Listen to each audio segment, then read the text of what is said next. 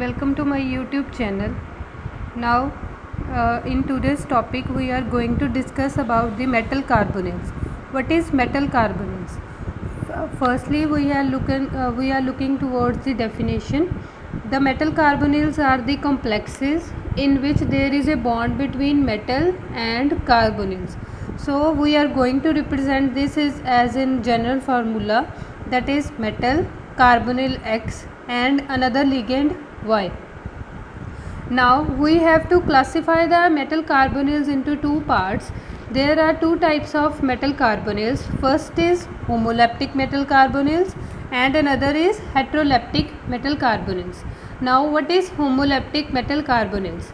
Those carbonyls in which only carbonyl is present as a ligand. In those metal complexes in which involve only one type of ligand, that is carbonyl. So their general formula is reduced to only metal and carbonyls. Here example is chromium hexacarbonyl. Here we see that there is only metal and carbonyl. So such kind of ligand or such kind of complexes are known as homoleptic metal carbonyls.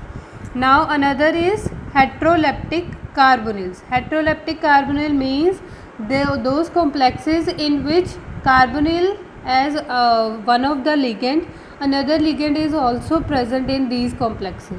So in this complex we are able to see that molybdenum, carbonyl and nitrosyl. So there is another type of ligand is also present there. So these are classified fall into the category of heteroleptic carbonyls.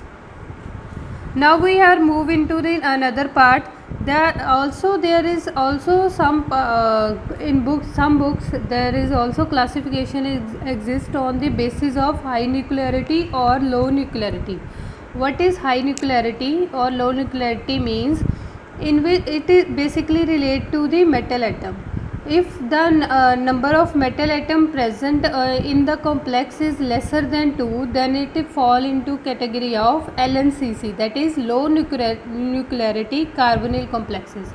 तो इसमें क्या है कि carbonyl तो ligand होगा ही. Basically जब हम HNCC और LNCC की बात कर रहे हैं तो हम सिर्फ मेटल को स्टडी कर रहे हैं कि उस मेटल अगर 2 या 2 से कम मेटल हुई तो वो सारे के सारे LNCC के कैटेगरी के होंगे. अगर हमारे पास मोर देन 2 मेटल एटम हुए और वो एक क्लस्टर की फॉर्मेशन करते हुए तो वो HNCC की कैटेगरी में फॉर्म करेंगे.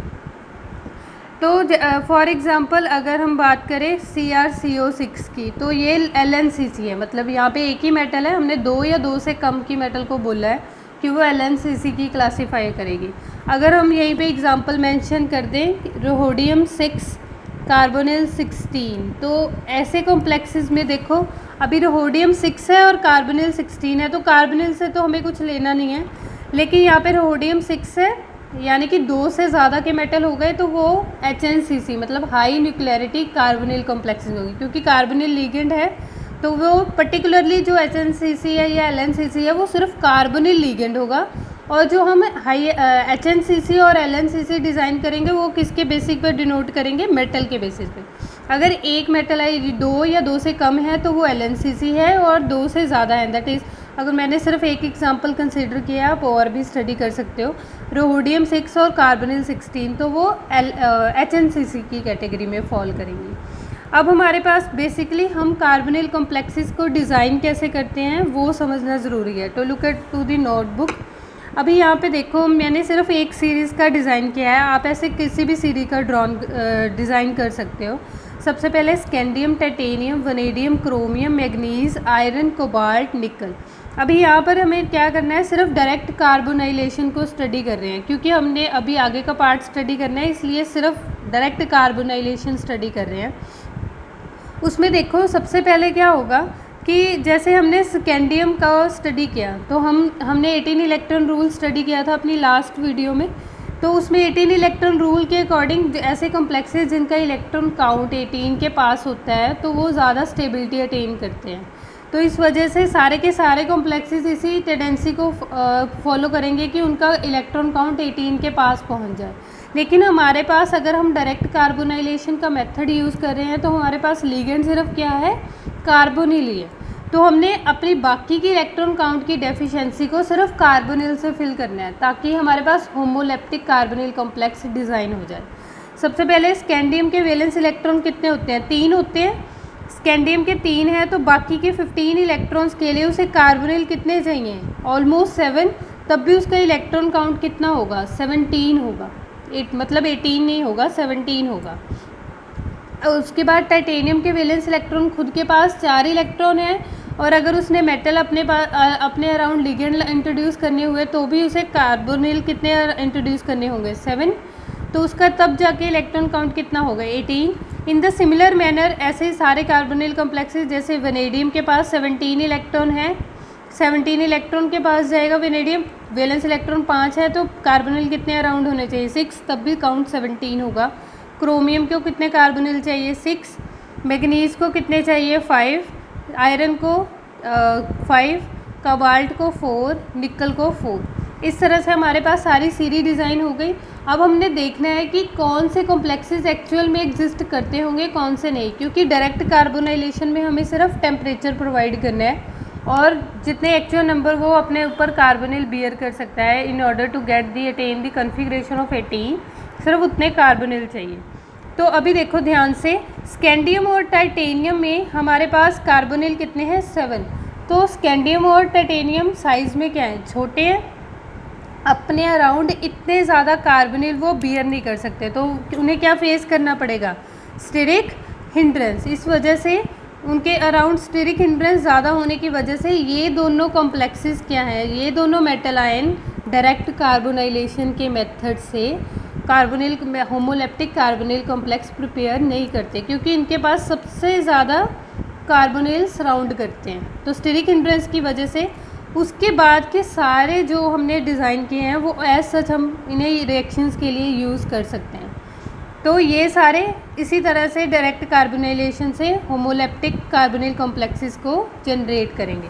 तो मैंने यही सब कुछ नोट्स में मेंशन किया है कि स्कैंडियम और टाइटेनियम के पास खुद के वैलेंस इलेक्ट्रॉन कम हैं, और उनको फिर अपनी डेफिशिएंसी पूरी करने के लिए ज़्यादा कार्बोनिल चाहिए, जो कि फेवरेबल नहीं है, और इसलिए वो मेटल कार्बोनिल फॉर्म नहीं करते। ऐसे ही हमने अभी कॉम्प्लेक्स में देखा कि इस सीरीज़ में जिन जिन कॉम्प्लेक्सेस के इलेक्ट्रॉन काउंट 17 हैं, अभी उनके पास एक इलेक्ट्रॉन की डेफिशिएंसी है, तो वो कैसी रिएक्शंस को प्रेफर करेंगे? वो ऐसी रिएक्शंस को प्रेफर करेंगे जिसमें उनकी डेफिशिएंसी क्या है। अगर उन्हें किसी से एक इलेक्ट्रॉन मिल जाए तो वो एक इलेक्ट्रॉन ले लेंगे, और ख़ुद को 18 इलेक्ट्रॉन काउंट की कैटेगरी में फॉल कर लेंगे, तो वो क्या एक्ट करेंगे? जो इलेक्ट्रॉन लेते हैं वो क्या होते हैं? ऑक्सीडाइजिंग एजेंट, और ख़ुद की क्या कर रहे होते हैं? रिडक्शन। तो 17 इलेक्ट्रॉन काउंट वाले बेटर क्या एक्ट करेंगे? Oxidising agent. 17 इलेक्ट्रॉन काउंट वाले क्या एक्ट करेंगे? बेटर ऑक्सीडाइजिंग एजेंट, और ख़ुद की क्या करेंगे? रिडक्शन। तो हम क्या क्या मेथड यूज़ करते हैं उनका इलेक्ट्रॉन काउंट 18 पूरा करने के लिए? सबसे पहला मेथड होता है electron capture method. Electron capture method का मतलब क्या है? कोई ऐसा रिएजेंट लेंगे जिसके पास कोई एक्स्ट्रा इलेक्ट्रॉन हो, यानी कि उसकी आयनाइजेशन एनर्जी लो हो, वो अपना इलेक्ट्रॉन ईजिली लूज़ कर दे, और हमारा जो भी हमने कॉम्प्लेक्स डिज़ाइन किया है 17 इलेक्ट्रॉन का, वो इलेक्ट्रॉन कैप्चर कर ले। तो इस मेथड को हम इलेक्ट्रॉन कैप्चर मेथड बोलते हैं। तो इसमें क्या है, अभी सोडियम क्या है? सॉलिड स्टेट में है। अगर सोडियम अपना Na पॉजिटिव आयन की फॉर्म में आ जाए तो वो अपना एक इलेक्ट्रॉन क्या कर देगा? लूज़ कर देगा। और ये एक इलेक्ट्रॉन कौन ले लेगा? वेनेडियम। अगर वेनेडियम ने अपने एक इलेक्ट्रॉन लिया है तो उस पर चार्ज क्या आ जाएगा? नेगेटिव, और सोडियम क्या हो गया? पॉजिटिव। अगर हम चार्ज सेपरेशन शो करना चाहते हैं तो ठीक है, वैसे ये कॉम्प्लेक्स हम न्यूट्रल भी शो करते हैं, दैट इज़ कि हम सोडियम के ऊपर भी चार्ज शो ना करें और इसके ऊपर भी चार्ज शो ना करें, और इलेक्ट्रॉन काउंट लिख दें। इलेक्ट्रॉन काउंट हमने सिर्फ वेनेडियम कार्बोनिल 6 का ही लेना है। सोडियम सिर्फ उस वैलेंसी को, जैसे स्टेबल आयन के लिए कुछ आयन्स अटैच होते हैं, तो ऐसा है। अगर हमने 18 इलेक्ट्रॉन रूल स्टडी करना है तो वो सिर्फ हम ऑर्गेनोमेटेलिक्स के ऊपर ही लगाएंगे। सिमिलरली सेकंड मेथड कौन सा मेथड है? Dimerise method. डाइमराइज मेथड में क्या होगा?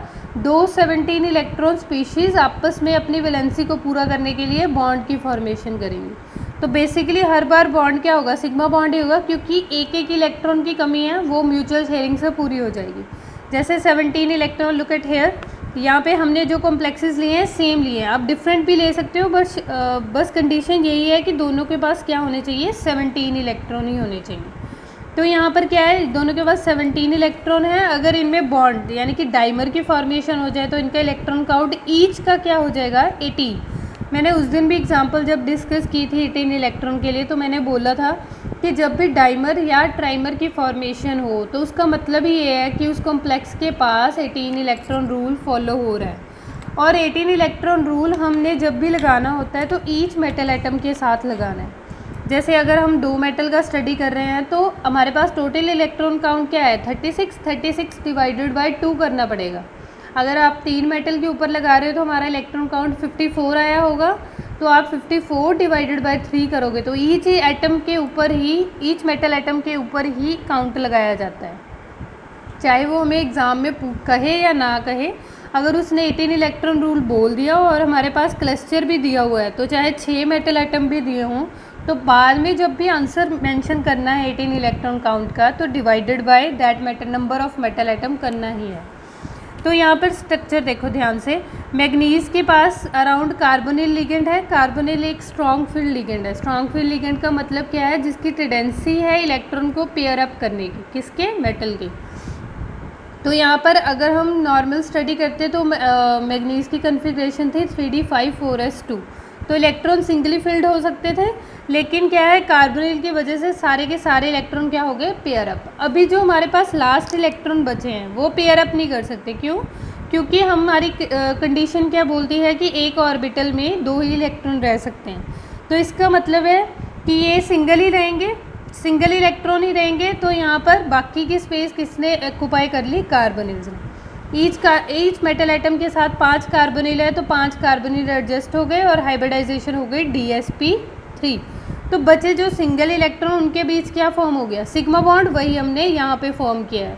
तो उनका इलेक्ट्रॉन काउंट क्या हो गया, 18। ऐसे ही अगर सपोज करो हमारे पास कई बार कॉम्प्लेक्स ऐसे होते हैं जहाँ पर इलेक्ट्रॉन काउंट 18 से ज़्यादा भी हो जाता है, जैसे 19, 20 भी हो जाता है। तो ऐसे कॉम्प्लेक्सेस के पास इलेक्ट्रॉन क्या है, एक्स्ट्रा। तो ये कैसे एक्ट करेंगे, या तो ये रिड्यूसिंग एजेंट की तरह एक्ट करेंगे, या इनकी क्या होगी, oxidation. Oxidation means loss of electron.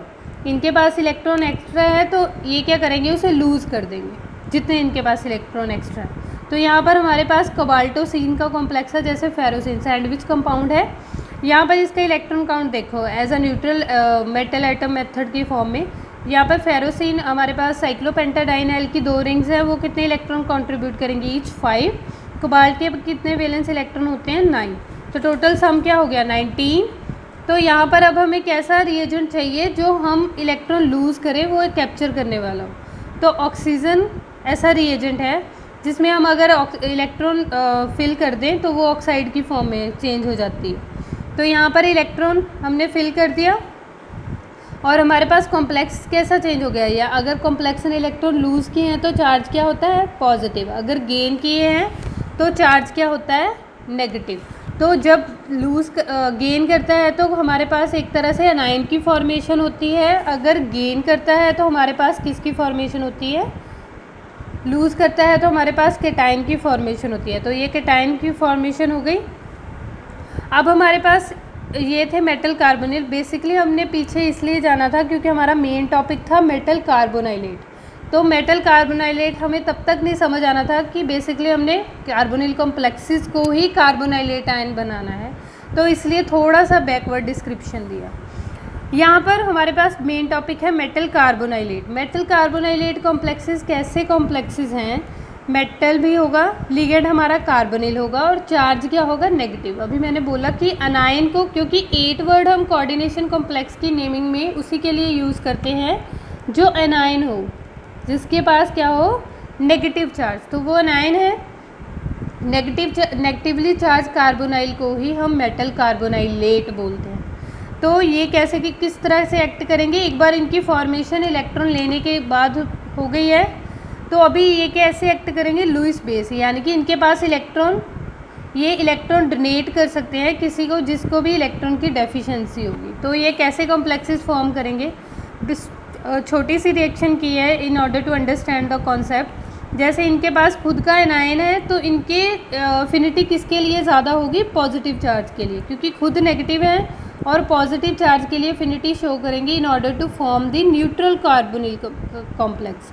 तो जैसे फिर इसका मतलब कौन सा कॉम्प्लेक्स फॉर्म होगा, मेटल और एल्काइल के बीच बॉन्ड स्टेब्लिश होगा, कार्बोनिल ऐसे ही रहेंगे, कोई भी लीव नहीं हो रही या सब्स्टिट्यूशन रिएक्शन नहीं हो रही, बेसिकली एडिशन ही हो रही है।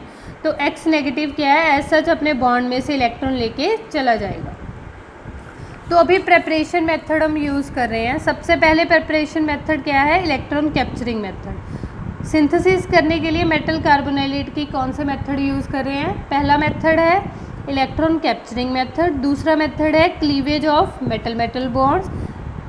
दोनों मेथड में सबसे पहले इलेक्ट्रॉन कैप्चरिंग मेथड में क्या है, सेम जैसे हमने कोई भी न्यूट्रल कॉम्प्लेक्स लिया, बेसिकली ये 17 का ही होगा। 17 में हमने सोडियम का डाइमर के साथ रिएक्ट करवाया, सोडियम ने अपने इलेक्ट्रॉन डिस्चार्ज किया, वो इलेक्ट्रॉन हमारे कॉम्प्लेक्स ने क्या कर लिए, कैप्चर कर लिए। तो उसके ऊपर चार्ज क्या आ गया, नेगेटिव। बेसिकली हमने कार्बोनाइलेट आयन बनाना है तो अनायन की फॉर्मेशन हमने कर ली। पहला मेथड तो यही हो गया। सेकंड मेथड क्या है कि हमने क्लीवेज कर दी मेटल मेटल बॉन्ड की। मेटल मेटल बॉन्ड को क्लीव करने के बाद भी हमारे पास कार्बोनाइलेट आयन बन सकता है। तो वो कैसे करेंगे, Mn2CO10 लिया, नोटबुक में देखो सबसे पहले,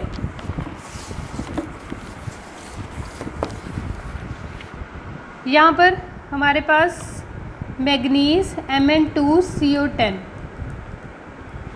तो इसमें क्या है CO10। अब हमारे पास क्या है, मैग्नीज मैग्नीज बॉन्ड है। जब भी हमने क्लीवेज करनी है तो ये जो लिगेंड्स हैं हमारे पास, इनको इक्वली डिस्ट्रीब्यूट कर देना है दोनों मेटल के पास। अगर 3 मेटल भी हुई तो भी इक्वली डिस्ट्रीब्यूट करना है। यहाँ पर Mn2CO10 हो गया, मैंने MnCO5 और मेटल के बीच बॉन्ड ड्रॉ कर दिया। अभी देखो हम क्या करेंगे, सोडियम हमें इस बॉन्ड को ब्रेक करने के लिए, इस बॉन्ड में 2 इलेक्ट्रॉन है, अगर हमें इस बॉन्ड को क्लीव करना है, होमोलिटिक क्लीवेज होगी, एक इलेक्ट्रॉन मैग्नीज के पास चला जाएगा, एक इलेक्ट्रॉन दूसरे मैग्नीज के पास चला जाएगा। बचा कैसे, अभी हमारे पास सोडियम से जो जो इलेक्ट्रॉन आएंगे, सोडियम हमारे पास 2 सोडियम है, सोडियम ने Na पॉजिटिव प्लस इलेक्ट्रॉन की फॉर्म में चेंज हो गया। तो हमारे पास S से कितने सोडियम होने चाहिए, 2 सोडियम,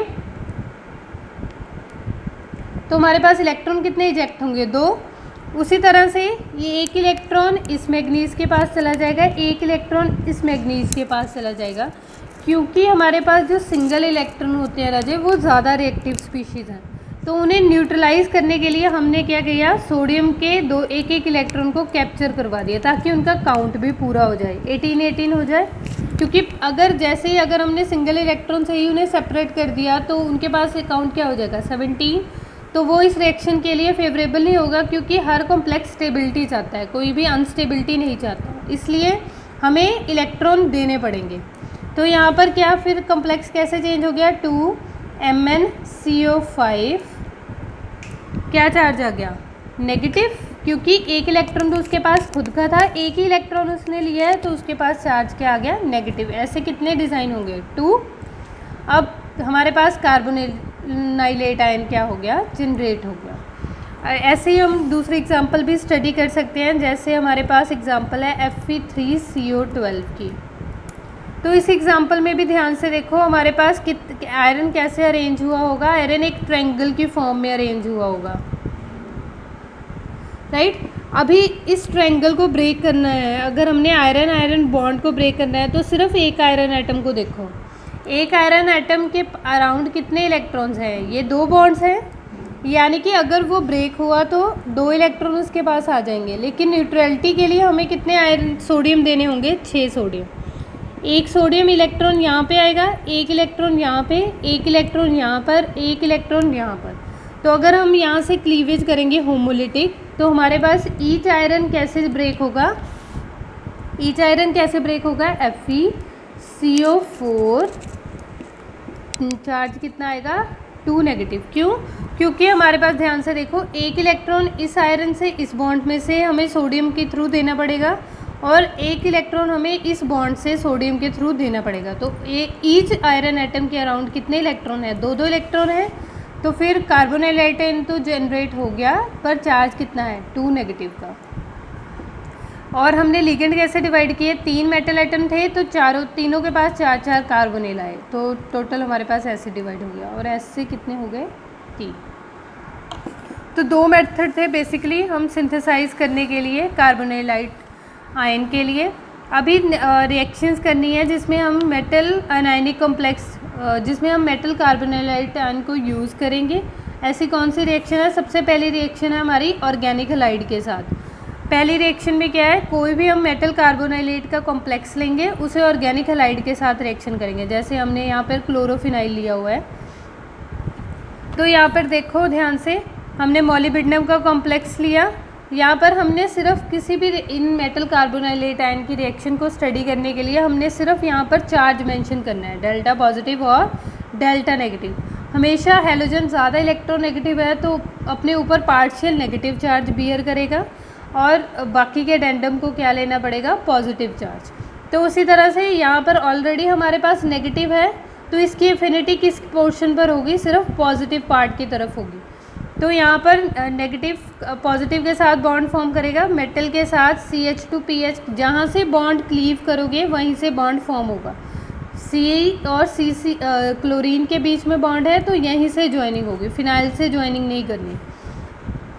CH2PH, बाकी के सारे लिगेंड एज सच हैं। सेकेंड रिएक्शन में देखो CH3 आयोडाइड है, यहाँ पर भी सेम मेंशन करो, डेल्टा पॉजिटिव और डेल्टा नेगेटिव।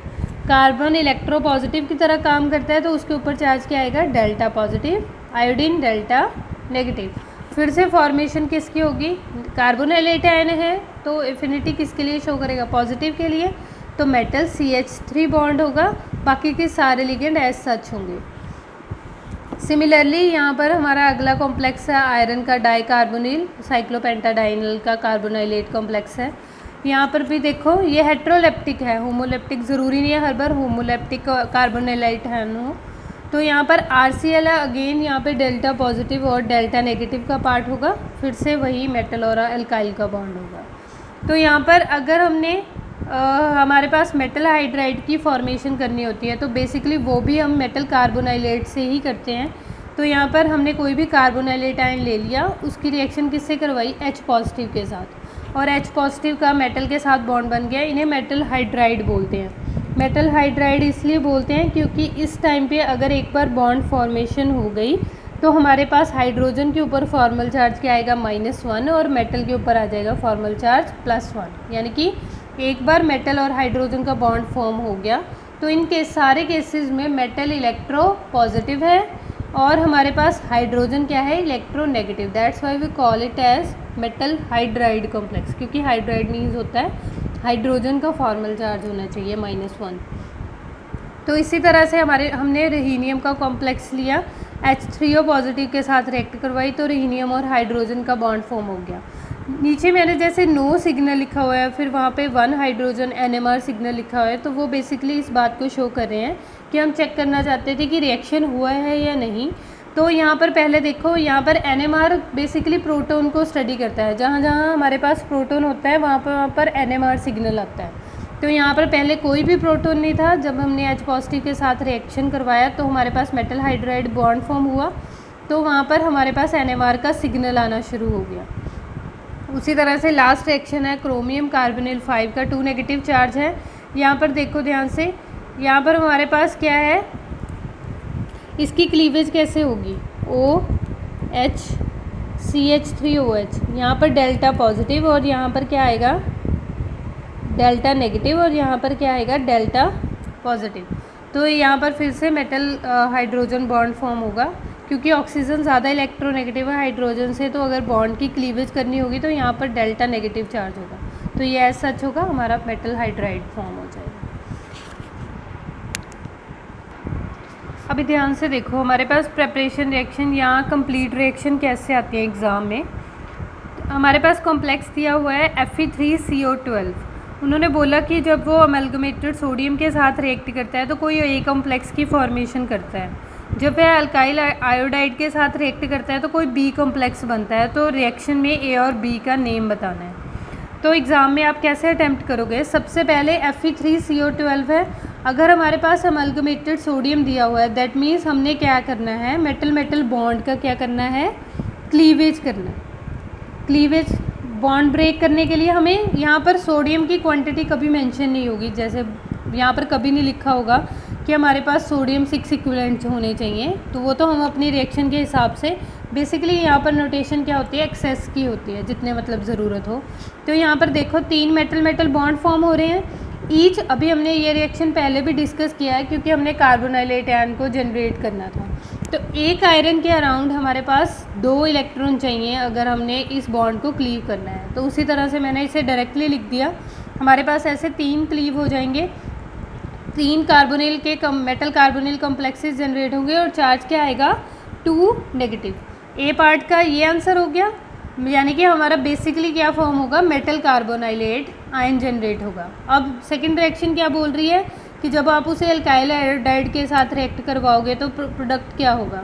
तो आप क्या करोगे, जैसे ही हमने अल्काइल हमारे पास मेटल कार्बोनाइलेट फॉर्म हो गया, तो हमने क्या करना है, अगले रिएजेंट्स के ऊपर क्या चार्ज शो करने हैं, पॉजिटिव और नेगेटिव।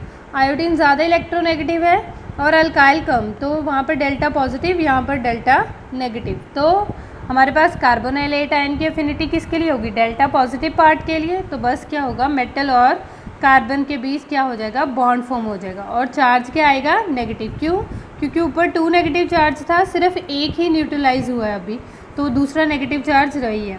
अगर उसने फिर से रिएक्शन को एक्सटेंड करना हुआ और बोला कि किसी HX के साथ रिएक्ट कर रहा है, तो फिर क्या होगा, फिर से वही डेल्टा पॉजिटिव और डेल्टा नेगेटिव ड्रॉ करोगे। अब फिर अभी भी वो कार्बोनाइलेट आयन की कैटेगरी में ही है, तो यहाँ पर नेगेटिव चार्ज है, उसको न्यूट्रलाइज करने के लिए पॉजिटिव की तरफ एफिनिटी होगी, तो यहाँ पर हमारे पास क्या फॉर्म हो जाएगा, मेटल हाइड्राइड बॉन्ड फॉर्म हो जाएगा और NMR का एक सिग्नल मिलना शुरू हो जाएगा, 1 NMR सिग्नल। एक्चुअली यहाँ पर 2 NMR सिग्नल हो गए क्योंकि अल्काइल ग्रुप में भी तो हाइड्रोजन है, तो यहाँ पर हमारे पास रिएक्शन में लिखा होगा कि वहाँ पर हमें एक ही NMR सिग्नल शो हो रहा है, तो ऐसे रिएक्शन को एक्सटेंड किया जा सकता है एग्ज़ाम में। ऐसे ही सिमिलर वे में अगर हमारे पास कोई और रिएक्शन हो तो वो कोई और रिएजेंट भी ऐड कर सकता है। जैसे अभी उसने ये वाली रिएक्शन हम स्टडी कर सकते हैं कि हमारे पास क्रोमियम टेट्रा कार्बोनाइल का कॉम्प्लेक्स है, सबसे पहले उसने कोई डाइमर दिया हो, उसे ब्रेक करके हम कार्बोनाइलेट आयन जनरेट करेंगे, फिर वो इस पोर्शन को कैसे भी एक्सटेंड कर सकता है। जैसे अभी उसने मिथाइल और हाइड्रोक्सिल बॉन्ड को ब्रेक किया तो डेल्टा पॉजिटिव और डेल्टा नेगेटिव, तो हमारे पास अल्काइल ग्रुप की फॉर्मेशन होगी। फर्दर उसने उसे हाइड्रोजन आयोडाइड के साथ रिएक्ट करवा दिया तो हमारे पास मेटल हाइड्राइड की फॉर्मेशन होगी। अभी ध्यान से देखो, इस सेकेंड एग्जाम्पल में भी ऐसे ही है, Mn2CO10 है, उसने इसमें मेंशन किया होगा कि रिएक्शन हो रही है और अमलगमेटेड सोडियम दिया हुआ है, तो ए रिएक्ट प्रोडक्ट बन रहा है, उसके बाद इन्हें किसी भी पोर्शन में डिवाइड कर सकते हैं। तो इसे कैसे स्टडी करेंगे, ध्यान से देखो, Mn2CO10 है, यहाँ पर अमलगमेटेड सोडियम के साथ रिएक्ट करते ही उस पर ऊपर क्या बन जाएगा, कार्बोनाइलेट आयन की फॉर्मेशन हो जाएगी। आप रिएक्शन को बैलेंस करना चाहते हो तो भी ठीक है, नहीं तो अगर हम आगे के प्रोडक्ट के लिए चलेंगे तो हम एक ही इक्विवेलेंट लिख के चलेंगे, तो मैंने एक इक्विवेलेंट ही लिखा है। MnCO मेरा बेसिकली फोकस क्या है कि मुझे कार्बोनाइलेट आयन मिलना चाहिए था। कार्बोनाइलेट आयन फर्दर क्या होगा, हमारे पास सब पार्ट डिवाइड हो गए, इनमें से कुछ भी बी पार्ट में आ सकता है। जैसे यहाँ पर अल्काइल आयोडाइड हुआ तो हमारे पास बॉन्ड किसके साथ फॉर्म हो जाएगा, वही डेल्टा पॉजिटिव और डेल्टा नेगेटिव मेंशन करते हुए जाना है। सिलिकॉन टेट्रामिथाइल में भी सिलिकॉन और क्लोराइड के बीच का बॉन्ड है, तो यहीं से क्लीवेज को मेंशन करना है, silicon delta positive, chloride delta negative. यहाँ पर सारे पहले मेंशन कर लेते हैं, यहाँ पर डेल्टा नेगेटिव, यहाँ पर डेल्टा पॉजिटिव, यहाँ पर भी मेटल और इसका बॉन्ड डेल्टा पॉजिटिव और डेल्टा नेगेटिव। यहाँ पर CF3 आयोडाइड का है डेल्टा नेगेटिव और डेल्टा पॉजिटिव। क्यों, क्योंकि यहाँ पर फ्लोरीन ज़्यादा इलेक्ट्रोनेगेटिव है तो वो नेगेटिव चार्ज बियर करेगी और आयोडीन उसके कॉरेस्पॉन्डिंग इलेक्ट्रो पॉजिटिव हो गई तो डेल्टा पॉजिटिव, इसलिए दैट्स वाई आई मेंशन यहाँ पे इंपॉर्टेंट मेंशन किया हुआ है क्योंकि ये एक्सेप्शन से चलती है। यहाँ पर देखो, जैसे जैसे जहाँ पर डेल्टा पॉजिटिव है वहीं से हमारा बॉन्ड क्या हो जाएगा, ज्वाइन हो जाएगा और हमारे पास डिफरेंट प्रोडक्ट क्या हो जाएंगे, फॉर्म हो जाएंगे। यहाँ पर नेक्स्ट रिएक्शन और लास्ट रिएक्शन है इस टॉपिक की। यहाँ पर हमारे पास कार्बोनाइलेट आयन दिया हुआ है, हमारे पास कार्बोनाइलेट आयन दिया हुआ है यहाँ पर देखो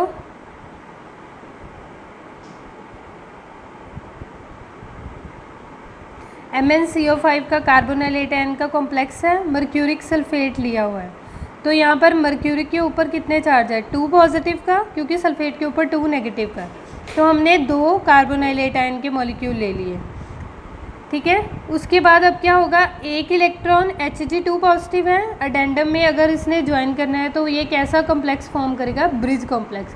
मरकरी एक आयन एक को मैग्नीज कॉम्प्लेक्स को देगा, दूसरा पॉजिटिव आयन दूसरे मैग्नीज कॉम्प्लेक्स। तो हमारे पास किसकी फॉर्म होगी, एक ब्रिज कॉम्प्लेक्स की फॉर्मेशन होगी। अगर आपको मेरी ये वाला topic, thank you. If you like my video then share, like and subscribe it.